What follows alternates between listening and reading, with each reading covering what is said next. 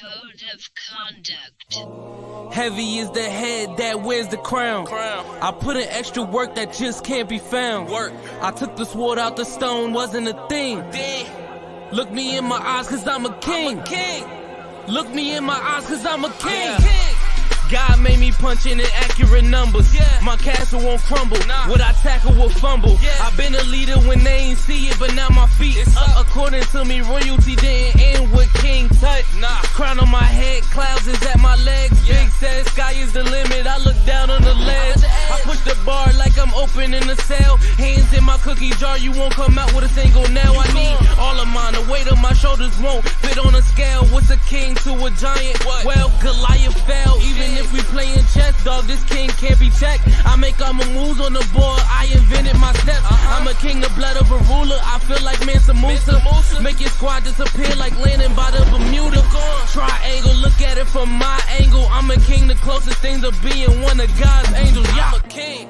Heavy is the head that wears the crown. I put in extra work that just can't be found. I took the sword out the stone, wasn't a thing. Look me in my eyes cause I'm a king.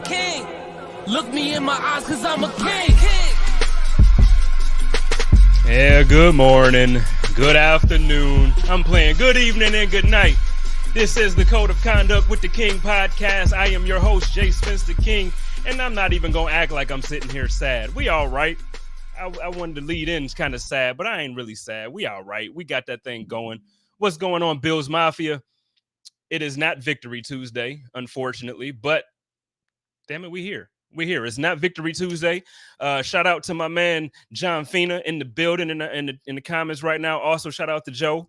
They just got done with their show and graciously ended it in time for me to be able to start the Code of Conduct. I actually pre-recorded this show, and then I was like, you know what? Nah, we're gonna go live. So this one is not pre-recorded. This is live. I'm like, look, we gotta talk about last night. We got a lot to talk about. So let's get right into it. But before, I love you too, Joe. Shout out to Joe. My man John Fina likes my intro. I appreciate that, man. I had some work put in on it.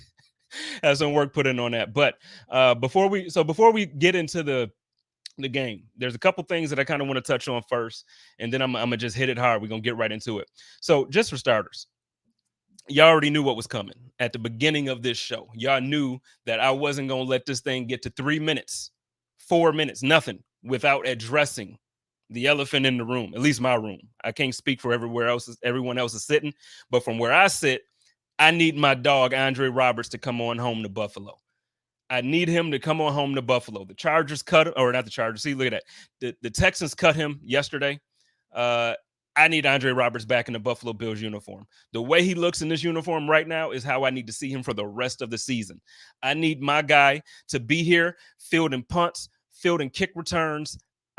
Look, I know Isaiah McKenzie didn't play horribly yesterday. I know he didn't play horribly.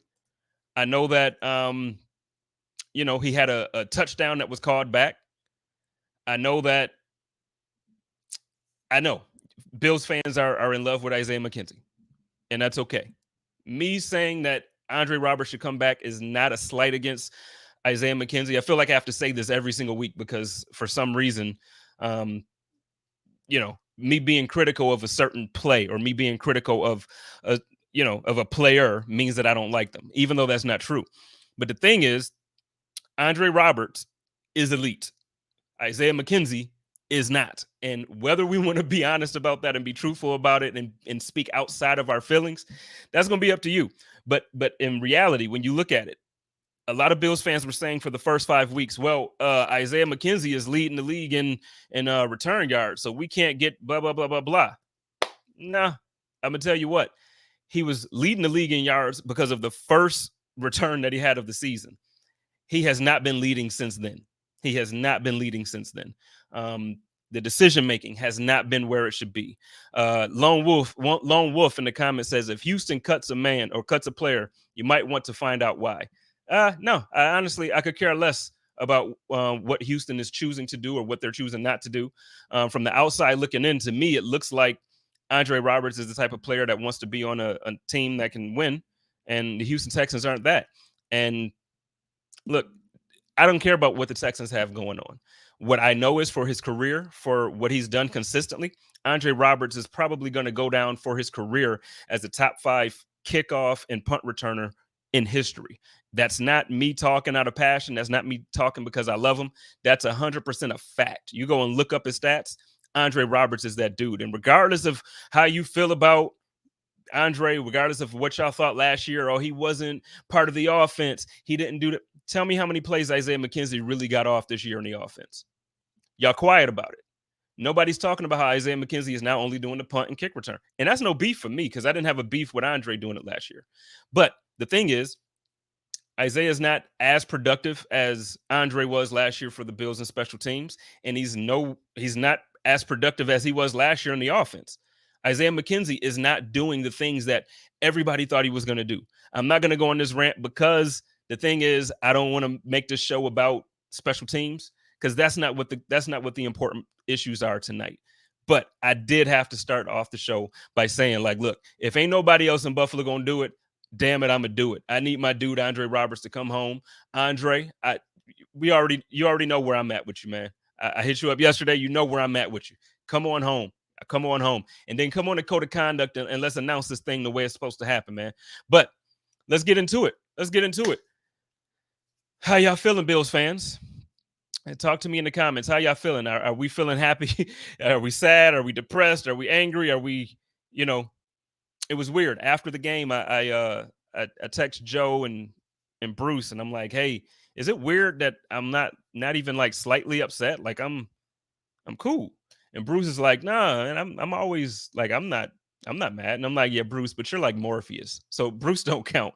I feel like Bruce typically can shut his emotions off like directly after the game if he has emotions as it is. Like Bruce, I feel like he's plugged into the Matrix and he's like, that's why I call him Morpheus. He's just like that. That's Bruce. Joe, it depends for Joe. Sometimes I feel like Joe, he hasn't been the overreactor like his show would call for, but he has moments where he gets nervous or he has moments where he's just like speechless. I think last night for Joe was a speechless moment. I tweeted out to him after the game, like, well, can't wait for the overreaction show. Joe is going to be lit. And he's like, man, I got nothing. I got nothing. So I think Joe was just in a place of like disbelief. And that's kind of where I was, where going into the game, nobody could tell me that the Buffalo Bills were not a better team than the Tennessee Titans. Nobody can tell. And honestly, look, we just lost to them yesterday. It hasn't even been a full 24 hours. Actually, the game started, slightly over 24 hours ago. So it hasn't been a full 24 hours since we lost this game. And I'm still willing to publicly say, I think the Buffalo Bills are a better team than the Tennessee Titans. And that's tough to say. They beat us. They were injured. They got beat up throughout the game. So many injuries for them. And they still found a way to win. That's what good teams do. Good teams figure out how to win. And, on the Buffalo Rumblings, we had like a panel discussion that we talked about prior to the game. And I jumped in for a quick moment and Joe said, well, what does the Titans have to do in order? And I'm not saying it because I'm not right about it, but I knew the only way that I felt like they could beat us is if they really try to control the game on the ground. And if they were able to really let Derrick Henry get off. And guess what happened? The dude got off. Take away the 75-yarder or don't take it away. He got off. 3 touchdowns. You take that one away, 2 touchdowns. Look, Derrick Henry is just that dude. He's a man amongst boys. And matter of fact, let me take a moment to respect him for a moment. The dude is probably the best player in the NFL after Aaron Donald. We can talk how we want. I know quarterbacks typically get that title. Derrick Henry, I don't know how long it's going to last. Running backs fall off a cliff quickly. They do. Typically, when they hit a certain age or a certain amount of yards, they kind of just fall off a cliff. And it sucks because you see such talented guys get abused by teams. For instance, Christian McCaffrey. I think he's one of those dudes that he was the best. To me, he was just the best. He got abused. He was overused, and he fell off a cliff. I'm hoping that doesn't happen with Derrick Henry. He's built differently. He's bigger. He's faster than it. I mean, like, I've never seen a guy so big and fast at the same time. I've never seen somebody so big and physically dominating like that. It's insane what this guy can do. It's absolutely insane. Shout out to my man, Micah Hyde. He took he kind of got trucked there, but he jumped in there and he took it. He took it like a champ. He took it like a G, and he stopped another touchdown. Because I'm telling you, if Micah Hyde didn't jump in on that one point, he would have had another touchdown. I can't be mad when you got, like, if it takes Derrick Henry to have 3 rushing touchdowns, to have, 100 plus yards on the ground, if it takes him doing all of this stuff in order to win the game, I'm not going to be mad at that, because it took a bunch of free play. That interception by Josh isn't going to happen every week. We're not going to get ran over by everybody every single week, because guess what? The teams in our division don't have Derrick Henry. The other teams that we're playing don't have Derrick Henry. So when you're talking about, yeah, but we lost. Okay, we lost. It was an L. It's how it happened. But guess what? It's a long season. We got 17 games. A lot of us in our hearts felt like Kansas City would have been that game. Joe would tell you, to this point in the season, I had us being 4-2. I just had us losing 2 different games and we lost. I'm still trying to figure out how the hell we lost to Pittsburgh.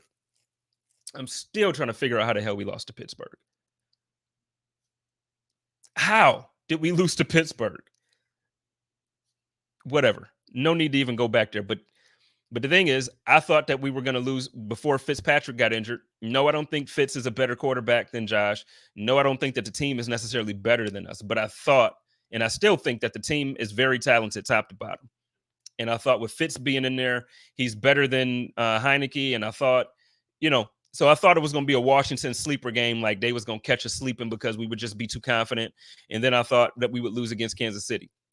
I thought we would beat Tennessee. So the fact that we were going into the Tennessee game one up on the Chiefs, I'm like, oh, this is a perfect opportunity for us to just kind of just dominate the league, kind of get a head start on the AFC as a conference. And it just didn't happen. It just didn't happen. But you have to be honest enough to say, hey, that guy killed us. It just is what it is. It's a fact. Derrick Henry killed us. He is a beast. That dude was out there looking like Goliath with no David. You know what I mean? Like, he was just out there. There was no slingshot in sight. There was nothing that we could do to stop him except. Did y'all see my dog Tremaine with the catching bodies? Now, granted, we lost. So there's no way I can get out here and be like, yo, Tremaine won that game. He dominated the game. He didn't dominate in the sense that we were going to win. But when I tell you, I'm going to get to Tremaine in a minute. Y'all know how I get when I start talking about Tremaine. But Tremaine is one of the very few guys in the league that can go head up with Derrick Henry and not have to worry about that Josh Norman stiff arm, or not having to worry about getting trucked like that. My man Trey Ellis says that Sean said block shedding was terrible.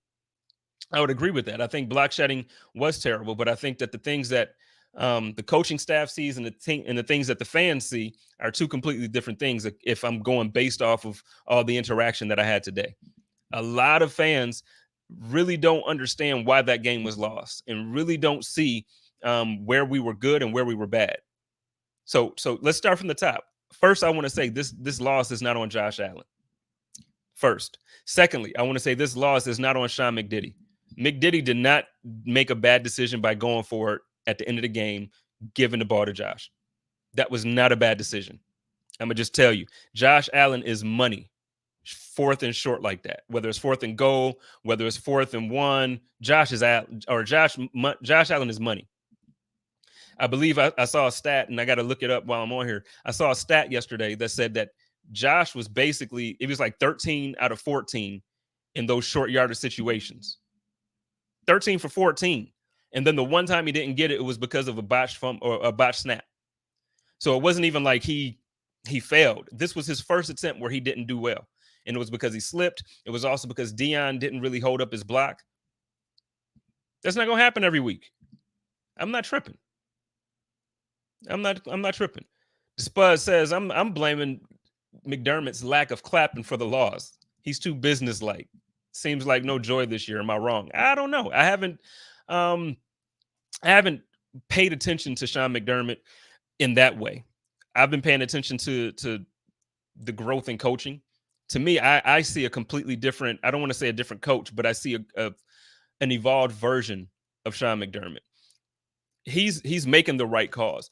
You know what? One of the things about McDiddy that I am super, super amped like I'm so amped about is the fact that, and I don't know if everybody remembers, but even last year there was a point early in the season when it was like we just couldn't necessarily put teams away. Like we would be up, we'd get up big because this offense was awesome, and then he would kind of take the gas off, take his foot off the pedal, and they would kind of get back into it. You noticed it last year with the Rams, right?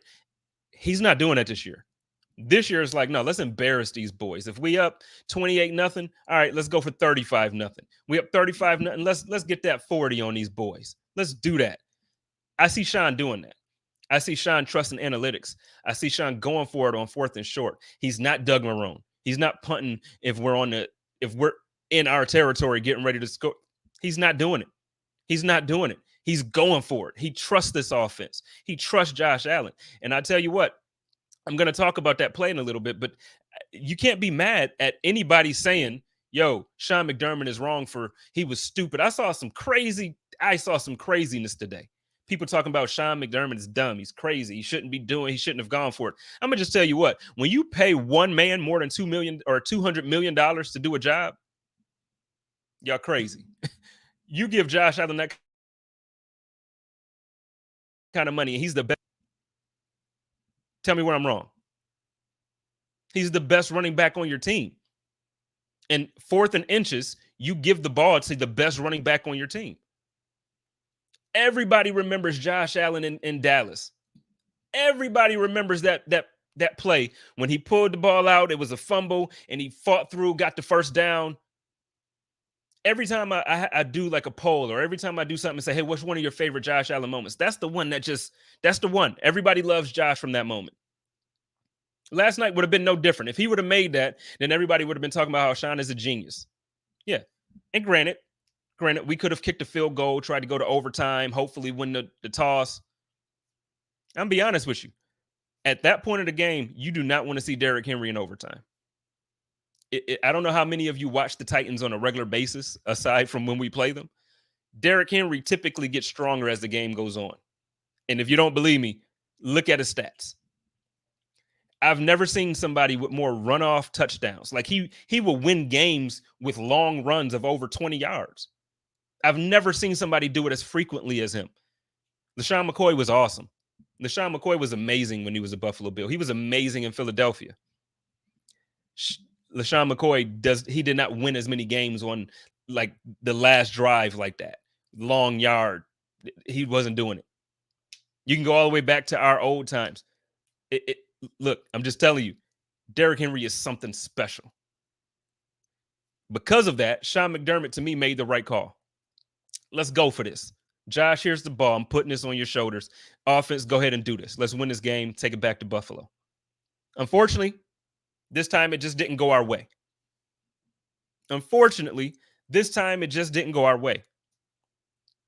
Am I mad at Sean McDermott for that? No. Because if he would have, I'm telling you, the energy right now in Buffalo and throughout Bills Mafia around the country and around the world, the energy right now, if that dude would have, if Josh would have picked up that first down, or if Josh would have scored a touchdown on the scramble when he flipped over whoever was out there and just slightly short, nobody would be mad. Nobody's talking about Sean McDermott being dumb. They're going to say he's a genius for making that type of aggressive call. So you're not going to have me slander my coach. Sean McDiddy is that dude. Don wants to know, you think there was miscommunication on the last play?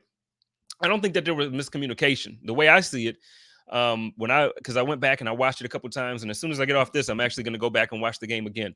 But it looks like, and I don't know if it's me, maybe I'm seeing this wrong. I don't know if Bruce or John or whoever, if anybody's in the comments who can kind of let me know. But to me, it looks like Josh Allen has a habit now of when he does this, the quarterback sneaks, he has a habit of trying to go to the left. And I don't know if it's because he trusts Deion more than he trusts others. But it looked like if he would have just followed Mitch Morse, he would have had that first down. And I could be wrong. That's why I said I'm going to go back and watch it. But Deion got worked on that play. Deion got worked. And Deion normally Deion is normally one of those guys that's like, put the ball or run behind Deion and we straight. He's not the best left tackle in the league, but he damn sure ain't close to the worst. We have a very good tackle in Deion Dawkins. And if you don't think so, need y'all to watch some film. And if you need to learn how to watch film, I'm going to hook you out with Steros for the Girls from Cover One or my man Eric Turner so they can teach you how to watch film so you can see exactly how good. You got to see how good Deion is. Deion is a very good left tackle, but he got dealt with. I've been talking about bodies for Tremaine. He became a body for whoever it was on that defensive line. They pushed him back. His knees buckled. It was over. It was over. There was nothing that he could do. So when Josh went left on that play, there was nothing that Josh could do. There was nowhere for he could go. But Josh slipped. So on top of Josh slipping, Deion got pushed back. I don't know if it's a thing with Josh to go to the left. I don't know if that's the design play. I don't know. So hopefully I can get some clarification on that. I might, do a little bit of film study on all the quarterback sneaks that we've been seeing from him. But it just looks like lately there's a habit forming to where when he gets that ball, he's going to the left side. And if it just so happens to break out, and that's the thing, Deion typically can set the edge, and he does that well. So that's why last week when Josh was able to do that and he ran out of bounds and then pulled the guy down with him, go back to that play. It's because Deion was able to set the edge. And if Josh would have just went up the middle, he probably would have gained 2 yards. You get what I'm saying? But Josh went to the left, went out of bounds, caught 15, 14 yards there, pulled the guy down. That's what Josh does. It didn't happen last night. So I don't know. But I'm not mad at that play. And I'm not mad at McDiddy for going for it. I'm not going for it. Spud says, put him in shotgun and power to the right. He walks in. I don't know. Hindsight is 2020. The best play or the best way to move forward is a straight line. And that's in anything, and not just sports. The best way to move forward is straight. And when you have a short distance like that, if you go back and look at the distance for a first down, it couldn't have been more than 5 inches. Why do all of this trickery and foolery? Get behind your guy. We completely restructured and put together this offensive line in the last couple of years. We got bodies up there. We got big boys up there. We got men. You know what I mean? Like just big men just up there, we got them. So, hey, we paying y'all this money. At one point, Mitch Morse was the highest paid center in the league. I don't think that he still is, but I promise he's probably still one of the top paid. We're giving y'all this money. Go do your job. And Josh should be able to fall forward for a yard. Again, it was a slip. But that's what you do. Shotgun, I don't want to do that. You got somebody back and, you got some yards in between that you got to catch up again just to get to the line of scrimmage. I don't know. Let's talk about my dog. Jordan Poyer, real quick. Last night, I said that Jordan Poyer should absolutely, this season, be given all-pro nod. I don't know what else Jordan Poyer needs to do in order to get the respect he deserves around the league. I feel like players respect him. Obviously, the fan base respects him. But Jordan Poyer and Micah Hyde, they're interchangeable. And that's what they're interchangeable. Micah Hyde and Jordan Poyer both deserve all-pro nods. But this right now is going to be about Jordan Poyer. This right now is about my dude Jordan. Not just because of the interception. We're doing very well this year with turnovers, and we're doing very well with just defense in general. But, man, if y'all watching it and y'all seeing what I'm seeing out of Jordan Poyer, there's no reason why this guy shouldn't be considered a top 3, if not 2, safety in the league right now. It just is what it is. I tell you who damn sure ain't the best in the country, like he said. Not the dude from Seattle. Jamal Adams is not Jordan Poyer or Micah Hyde. He wasn't when he was a Jet. I don't know how he got to All-Pro. He hits hard. He's not a good safety. He's a linebacker. Move that dude up to linebacker. I saw him Sunday. They had him lining up at defensive end. Come on, man.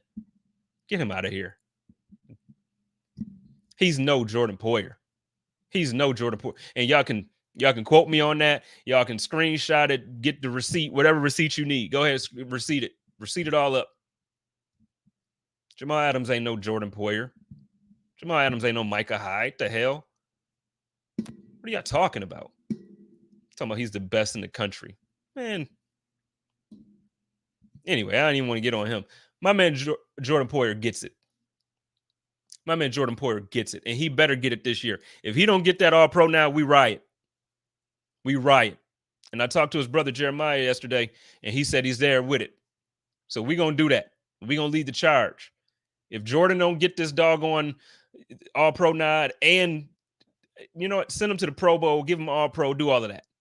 Do all of that because he deserves it. He deserved it. This ain't fandom at this point. He put the tape down. Go look at the tape and tell me Jordan Poyer don't deserve it. Let me get in these comments for a second before I go into my next topic. Kind of want to trying to be a little more interactive because a lot of times, like I said, I'll pre-record it sometimes and throw it up, or because sometimes the interviews are on different days. But I'm gonna try to be a little more interactive with y'all. I'm gonna try to get in there. Let's see. Marcus May sucks too. I got you. I got you, Spud. Let's see. If the back of Hyde's helmet was angled 1 degree differently. Yeah. There's a lot of what ifs. And that's the point that I wanted to make earlier. When you look at the way the game turned out, there's so many things that had to happen for them to beat us. Not for us to win. There were so many things that had to happen for them to beat us. The first touchdown run, the ref was in a position where he couldn't see the hold. I'm angry about it. Like, it's like, come on, man, how do you miss that type of hold? All right. But guess what? It happens. It happens. There's holding on every play in the NFL. Every play, there's holding somewhere. All right. So, okay. Poyer got held. Tre'Davious White got held. Derrick Henry runs it for a 70-yard touchdown, 70-plus yard touchdown. That had to happen. A holding call on us on a kickoff return had to happen. An interception from Josh tipped at these things aren't going to happen like this every single week. And you're not going to see teams getting that type of pressure on Josh. They did a good job. The Titans did a good job getting pressure on Josh. Josh looked like he was razzled for a second there a couple times. I didn't see sugar high Josh like a lot of people talk about. A lot of people always try to bring that back up when he is not comfortable. I didn't see sugar high Josh. I don't see Josh playing hero ball and doing things that he's not supposed to do. I don't see that. What I see from Josh now is a mature or more mature quarterback. I see somebody who's making smart decisions. I see somebody who's being very accurate with the ball. But last night, I also saw somebody who, it was rough for him. They was getting at him. And on the flip, we weren't getting at Tannehill. When you look at the fact that the Tennessee Titans gives up the most sacks in the league and we couldn't get to him, first, it makes me question, again, hindsight is 2020, but it makes me question why AJ Epinesa wasn't in there, why Boogie Basham wasn't in there. We have a formula that seems to work with these rotational guys, with these defensive ends and the defensive line players. And this year, AJ Epinesa is lights out. That dude is doing the damn thing, and I'm not mad at him.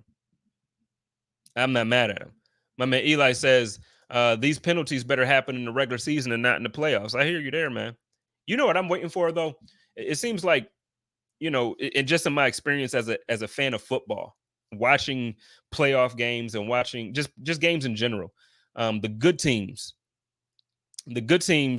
typically get calls.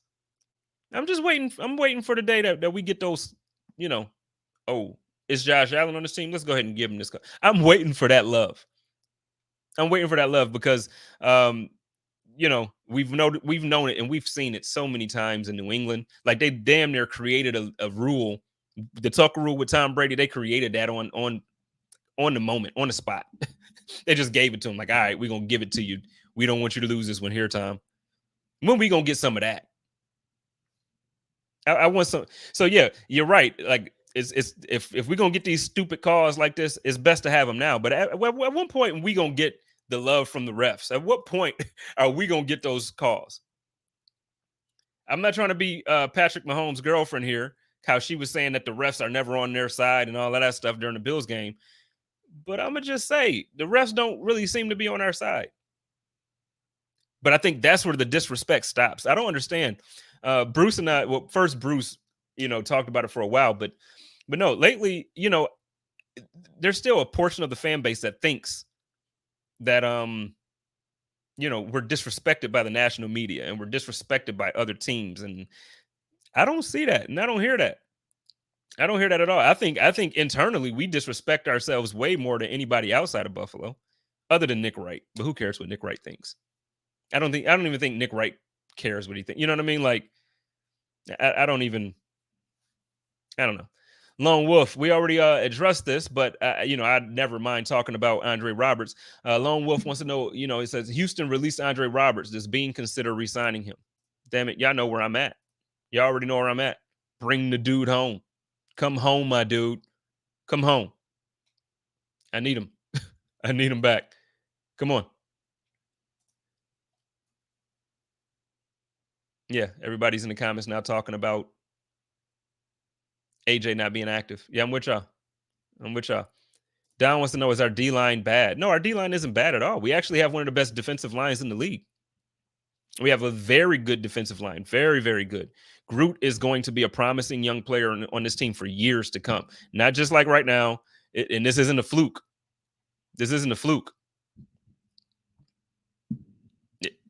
We got a good defensive line. Jerry is still very good. But I don't know. We just didn't get to him last night. We didn't get there last night. Who do we cut for Andre? No, we're not cutting McKenzie. I would say if we're cutting anybody, I would go, probably you would have to look at somebody like Kumaro, somebody like Matt Breida, but no, we're not cutting McKenzie. McKenzie is still somebody that if they wanted to get him involved in the offense, he has enough knowledge of the team. He has enough knowledge of the offense. He's that dynamic of a player that when he gets the ball in his hands and has any type of space, you don't cut Isaiah McKenzie.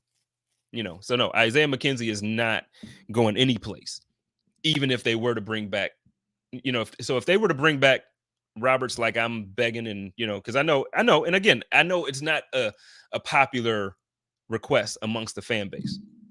I know it's not, but that's okay. The fan base apparently doesn't seem to value special teams the same way I do. I talk about this often.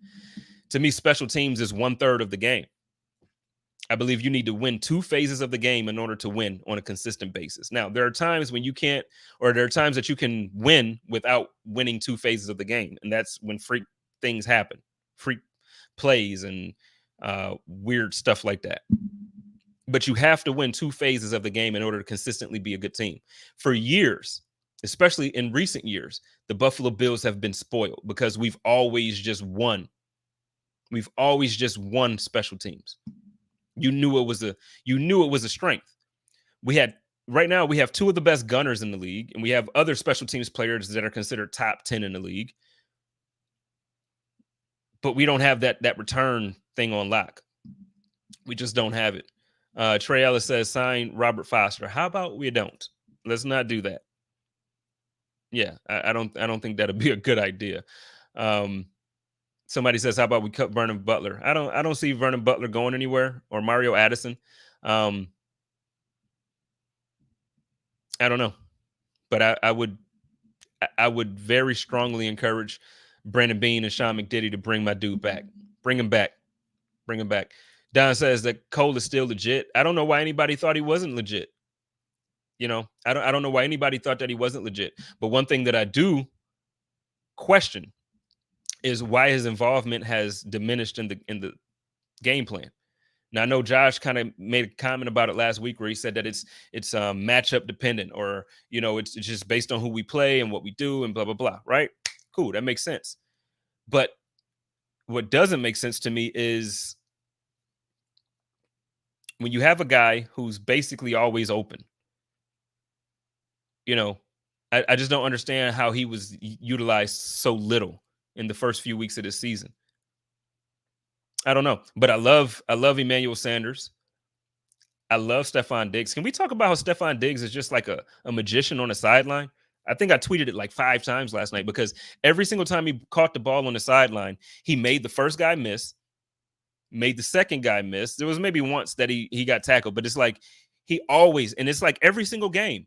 It's one of the plays that I can tell is one of Josh's favorite plays because he can get the ball out there quick. He's not Nate Peterman. That thing ain't getting intercepted for a pick six. So Josh can get it out there on the boundary for him really quickly. And Diggs catches it, has like this step back move that he has. It's like a drop leg thing that he does where like the guy trying to tackle him just completely misses and he's just hugging, grabbing air. And then Diggs is gone. And he just does it so perfectly every time, man. And I think it's awesome. I love the chemistry between those two guys. And I love the fact that, hey, he's back. He's back. Everybody was freaking out. I saw in my league, my man Carlos traded away. How the hell do you trade Diggs away and you're a Bills fan? Yeah. Pulling your card there, bro. Pulling your card. Jamal says, don't forget about Stevenson. He would be the reason Buffalo won't sign Dre. I'm not forgetting Stevenson. I think that Marquez Stevenson will eventually be a very good return man. I just don't think that the time is now. He's a rookie. And I think that's a lot of times the problem that, and this isn't directed directly at you, Jamal. This is more so me just speaking to my knowledge of the fan base. And not just the fan base, around the NFL, I think what ends up happening is we set false expectations on players coming out of the draft. And you're going to have some guys that come out the draft. Like, for instance, when Saquon Barkley came out the draft, we knew, Saquon is going to be that dude. You could look at his legs and can tell he's going to run over everybody, right? We knew when, it's certain guys that when they're coming out the draft, like, okay, he's going to hit the ground running. I don't look at Marquez Stevenson like that. I just don't. And I could be wrong. But to me, he needs to learn the NFL. He needs to learn the speed of the game. And I think he's going to be great at whatever it is that he does. I like him as a player. I liked him, when we picked him. He's no Andre Roberts. He's no Andre Roberts. You know what? Back to my dog Tremaine real quick, because I didn't even talk about his bodies, but that's the same point. A lot of times I feel like the reason why the fan base typically looks at Tremaine Edmonds like he's not as good as I do is because people expected him to be something that he, first of all, isn't, and I don't think that he's ever going to be. You can't, just because we traded up to draft him and he's, top 20 draft pick, it doesn't mean that he's Ray Lewis. It doesn't mean that he's going to be Mac. He's definitely not Mac. I don't need him to be Mac. Why would we?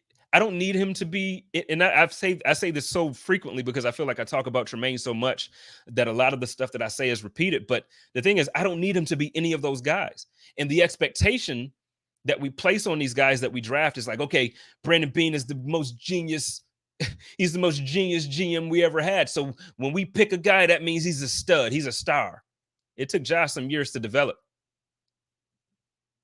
It took him some years to develop. It took Tremaine some years to develop. Yeah. So when you're talking about Marquez Stevenson, you're talking about Tremaine Edmonds, you're talking about any of these guys, take some time to develop. The speed of the game is completely different than it was in college. The responsibilities are completely different than they were in college. You got to give these guys some time to develop and to learn the game and to just learn the NFL in general. And my man Tremaine Edmonds is proving a lot of people wrong. Week one, I said Tremaine is going to make y'all eat your words this season. I said that week one. He hasn't proved me wrong yet. He hasn't proved me wrong yet. And I'm just waiting for somebody to tell me he has in the comments. That's why I'm looking like this, because I'm waiting for somebody. I'm waiting. Yeah, I don't see it. 6 weeks in, Edmonds looks amazing. You're damn right he does. I also see some comments in here. Everybody wants my man Boho, Corey Bajorquez back. Listen, I don't personally dislike Matt. I think Matt is a decent punter. I think the problem is this offense hasn't done exactly the things that we did last year to make everybody feel comfortable with having him. So there's been a few times already that we've punted from our own end zone. We've punted very close to our end zone. When that happens, you need a stronger leg. And Matt just doesn't have that same type of leg that Corey does. I saw a punt from Corey the other day, man. It was an 82-yard net punt. Like, he kicked it like from like the 10-yard line into, I think it was 92 yards in total. But then it went into the end zone, so they had to bring it out to the 20. Absolutely insane, man. Like, like absolutely insane. Who does stuff like that? It's crazy. So yeah, I mean, I miss him. I would love to see him, but I'm sure Green Bay is treating him good out there, and you know, he'll be all right. He'll be all right. John Fina wants to know if I'm trying to pick fight with, man. I love everybody. I love everybody. I'm not trying to fight nobody, but the thing is, we got to be realistic about these guys. We got to be realistic about these players, and I'm sure. So, John, let me know when you're talking about, and I'm not just going to talk about, Andre Roberts and Marquez Stevenson, but that was the question that popped up. They told me not to sleep on Stevenson for that punt return, kick return position, and I agree. I think he's going to be a very good kick returner at some point. But he's not Andre Roberts. Andre Roberts is a 3-time Pro Bowler at that position. He's an All-Pro at that position. He's not Andre Roberts. And Andre Roberts is, I said it earlier on the show, I'm going to say it again. Andre Roberts will go down as a top 5 special teams kick and punt returner in history. Don't believe me? Look at the stats. Cordell Patterson, Bruce said it yesterday. Cordell Patterson's up there. He's probably that guy. Andre's really close. John Phoenix back in the comments and says Edmonds does things that usually requires 2.5 players. His range is fantastic. And this is the part that trips me when people make comments about him. The hate that typically comes from him is like, well, he's always out of position, or he doesn't do this, and he doesn't make big plays, and he doesn't do that. I don't understand what big plays you need to see from him. There's only one player who's made more tackles for loss since he's come into the league. Yesterday, if you watched it, he made several big plays, several big tackles. I don't know what you want from, and not even that, he's putting a hammer down on boys. Like, he's hitting boys like I'm to be honest, I'm shocked that flags weren't thrown on a couple of them. That's what I'm talking about. Trey Ellis says we need to be better in the red zone, not special teams. I don't feel like it should be a tit for tat. I think we need to be better in the red zone and special teams. Special teams is a phase of the game that you have to win. You can't just get rid of it. This isn't Madden. Yeah, Madden is easy. Just kick it out the end zone every single time. Yeah, Madden, just punt it to the sideline. Don't let the guys return it. This is not that. This is real life. There's a reason why you go out and you sign Matikovic. There's a reason that you have Saran Neal and you sign Taiwan Jones, because special teams matters. Special teams matters. So, as much as I agree with the first part of that, I disagree with the second. Special teams matters. But you're right. We have to be better in the red zone. Last year, we were absolutely lights out in the red zone. You can't start the game off getting into the red zone twice and coming away with 2 field goals. You cannot do that. In my opinion, that's where the game was lost. Not on the last play where Josh didn't get that yard.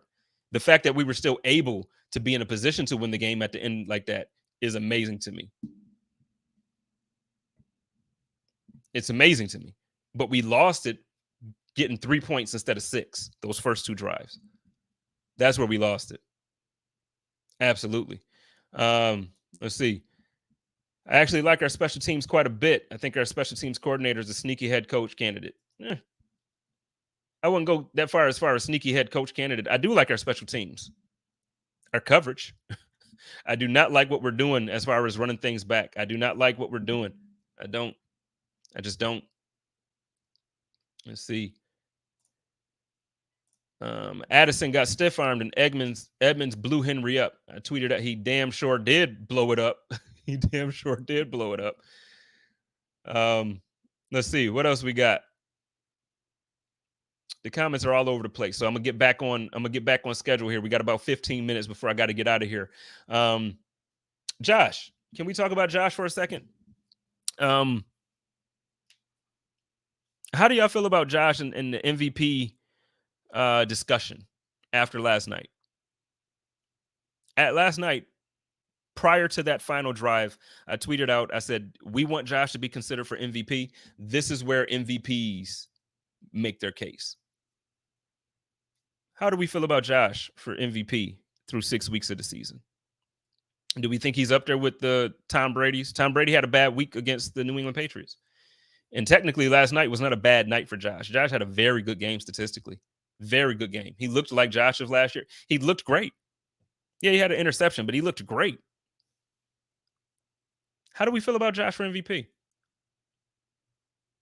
I don't think Josh is playing bad by any means, but I don't think he's playing as well as he did last year. I don't know. If I had to pick an MVP right now for the season, if we were to stop the season at week 6, I'm probably going to go Kyler Murray. And I think runner up, it would be fair to probably say Lamar Jackson. I don't know why Buffalo fans seem to hate on either one of those guys, but Lamar Jackson is definitely doing things that, I don't know. He's definitely doing things that everybody said we're going to figure him out. This is the year to figure him out. We're going to figure Lamar Jackson out. Ain't nobody figured nothing out about Lamar. He's still running as much as he wants. Statistically, certain points or certain things about his game, you might look at and be like, he didn't really improve as a passer. But when you watch him, he's improving as a passer. I just still really think that they don't have, I don't think that they have weapons. I just really don't. I love Hollywood Brown. I do, but he's not a number one receiver. He's no Stephon Diggs. He caught some hate from Bart Scott. First of all, can I just say that Bart Scott, one of the things that and I'm gonna finish that point, but one of the things that I really dislike about what some people do, especially if you used to play in the league, I say this all the time about Shaq in the NBA. I say this a lot about just players in general who have a lot of negative things to say about current players in the league. If you were in the league, there's no reason for you to come out and just bash young guys in this league. There's no reason to do it. And Bart Scott wasn't like one of the GOATs by any means anyways. So you're going to come out and say all of this negative, just hateful stuff about Hollywood. Like Hollywood isn't doing what the team asks him to do. Like Hollywood isn't the best receiver in Baltimore right now. We got to relax.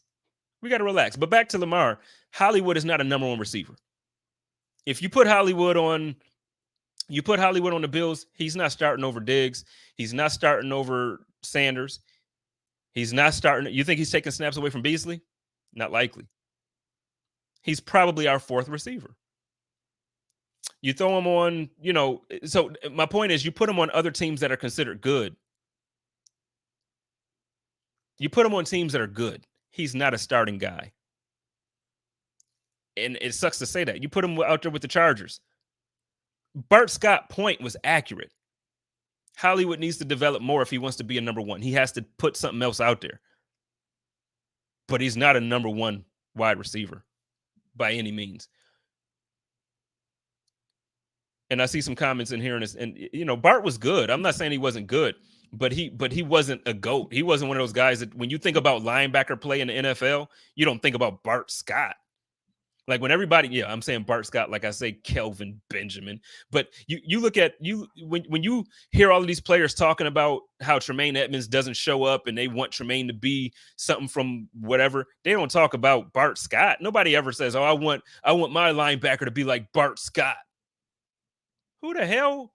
I don't even think Jets fans are saying they want people to be like Bart Scott. I don't think Ravens fans are saying they want people to be like Bart Scott. And he played there. Bart Scott was basically good because he got the chance to play with Ray Lewis. And then he got a chance to play on Rex Ryan's defense when Rex Ryan's defense was legit before he came to Buffalo. Bart Scott. You got to be kidding me, Bart Scott.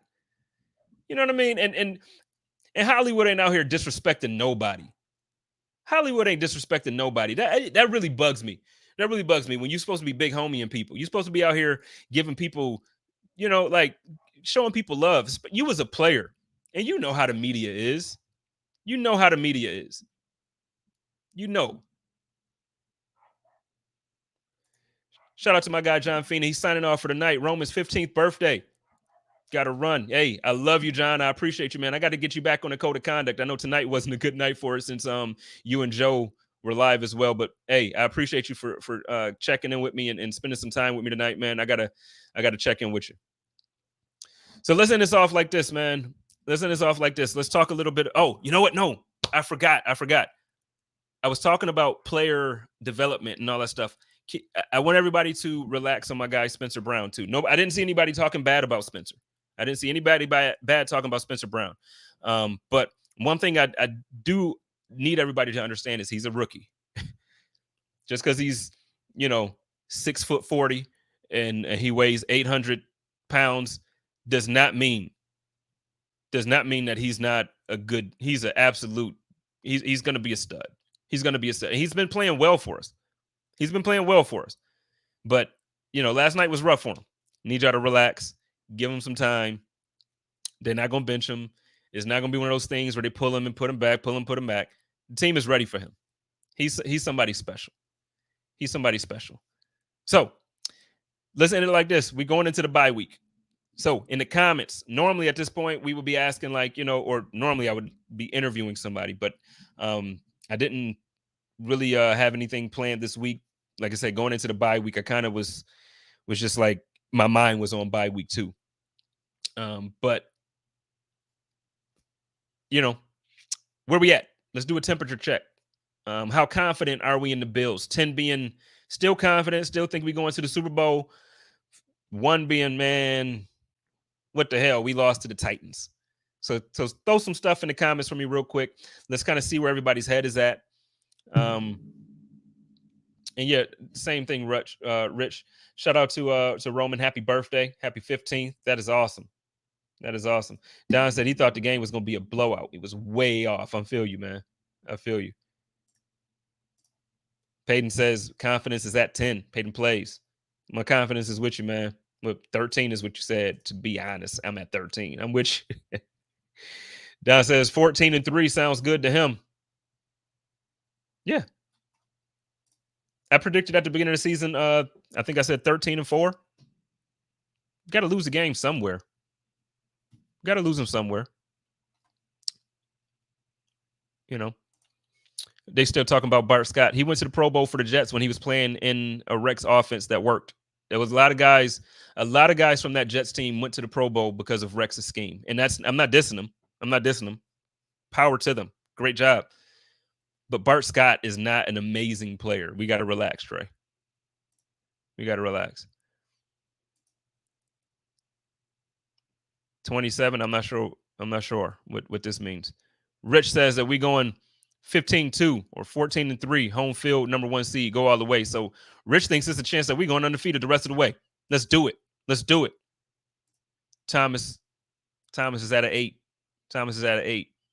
It's all good. Jamal wants to know why Bass taking 2 steps on kickoffs instead of a run and a kick. I didn't even pay attention to that. I'm gonna have to check that out. I feel like a lot of times though the kickoff thing is 100% based off what the coaching staff wants to do, because Tyler absolutely has the leg that if he wanted to, he can kick it in the stands every single time. So if he wanted to just kick it into the 15th row every single time, he could. I feel like if he's kicking it short and if he's not running for it to have it come up short, it's because the team wanted to see if we can have them field it a little bit shorter. But I don't know. I think that's where we're going. And yeah, Don says the same thing. Field position, he heard. Think the same thing. So look, y'all, I'm gonna get on out of here. Get that confidence up. Bills Mafia, we here. We doing it. Don't let yesterday get to you. Don't let it get you down. Don't let it get you down at all. We there. And we gonna do this. All right. And y'all know how I do it over here. Y'all love each other. Take care of each other and live in peace. And as always, stay positive. Test negative.